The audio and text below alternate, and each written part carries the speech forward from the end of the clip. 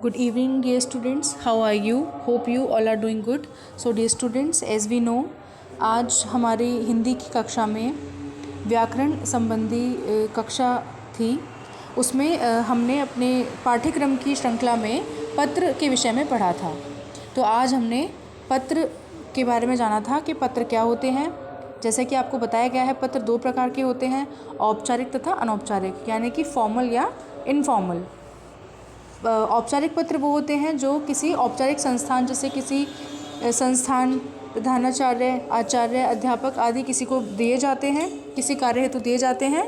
और जो अनौपचारिक होते हैं वो आपके प्रियजनों, मित्र, भाइयों, परिवार आदि को दिए जाते हैं। तो आज का जो पत्र का विषय था वह था अपने मित्र को उसके जन्म दिवस पर बधाई देने के लिए पत्र। तो इसमें सबसे पहले पत्र का फॉर्मेट क्या होता है, पत्र की रूपरेखा क्या होती है। अनौपचारिक पत्र की सबसे ऊपर जिस भी व्यक्ति को आप पत्र दे रहे हैं, भेज रहे हैं, उसका पता लिखा जाता है। तो जैसे आप इसमें देख सकते हैं, सबसे ऊपर पता लिखा गया है। आपके यदि आप पत्र लिखेंगे, यदि आप एग्ज़ाम में इसको लिखेंगे या वैसे भी कभी आप लिखेंगे, तो जो भी आपके मित्र का पता होगा उसको आप लिख देंगे। तत्पश्चात आपको दिनांक लिखनी है। उसके बाद जिस भी प्रकार से आप उसको संबोधित करते हैं, नमस्ते, हेलो, जो भी है, वैसे हेलो इंग्लिश में लिखा जाता है, आप उससे लिखेंगे सप्रेम नमस्ते। फिर उसमें आगे लिखा गया है, जन्म दिवस के उपलक्ष्य में कल ही मुझे तुम्हारा निमंत्रण पत्र मिला। तो ये जो पत्र है ये एक मित्र द्वारा दूसरे मित्र को लिखा जा रहा है। उसको उसके जन्म दिवस पर निमंत्रण दिया गया था, किंतु वह किसी कारणवश, उसकी परीक्षा है, इस कारणवश वह उसके जन्म दिवस में सम्मिलित नहीं हो पाएगा।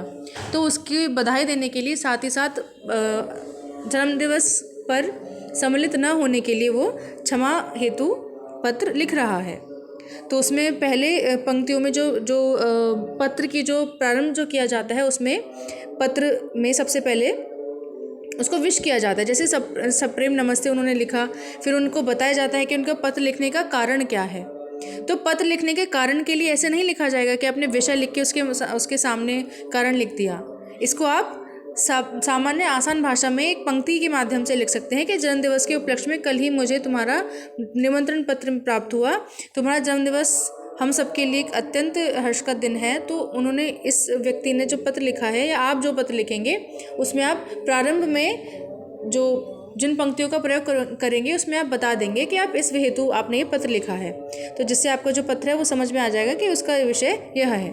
उसके बाद आप उसके बारे में हालचाल हेतु कुछ पंक्तियाँ लिखेंगे, या आप अपने विषय में बताएंगे कि आप कैसे हैं, या वो उसको अपना ख्याल रखना चाहिए।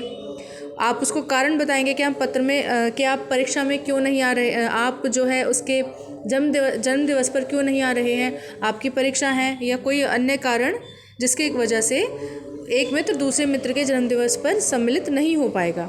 तो इसी दौरान वो फिर अगली पंक्तियों में उसका कारण बताएगा। फिर उसने क्षमा याचना करी, और फिर उसके बाद अंत में उस मित्र ने दूसरे मित्र को ऐसा कहते हुए, तुम्हारे जन्मदिवस के शुभ अवसर पर मेरी ओर से हार्दिक बधाई और समस्त मंगल कामनाएं।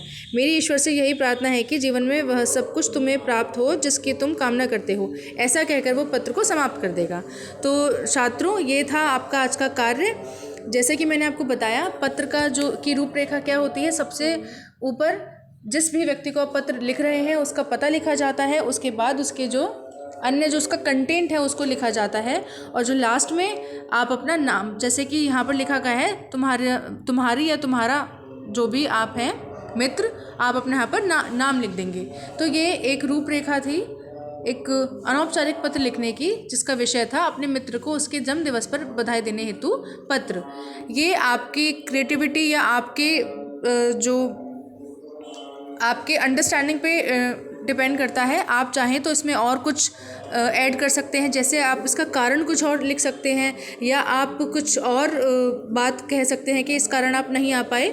लेकिन जो आपने जो लिखा है, जो आप एग्ज़ाम में लिखेंगे, वैसे भी आप कुछ लिखेंगे, वो लिखा हुआ सही होना चाहिए। वो आपकी सृजनात्मकता, आपकी क्रिएटिविटी पे डिपेंड करता है कि आप उसको कैसे लिख रहे हैं। तो ये था आज का कार्य। इसको आपको अपनी नोटबुक में लिखना है। धन्यवाद।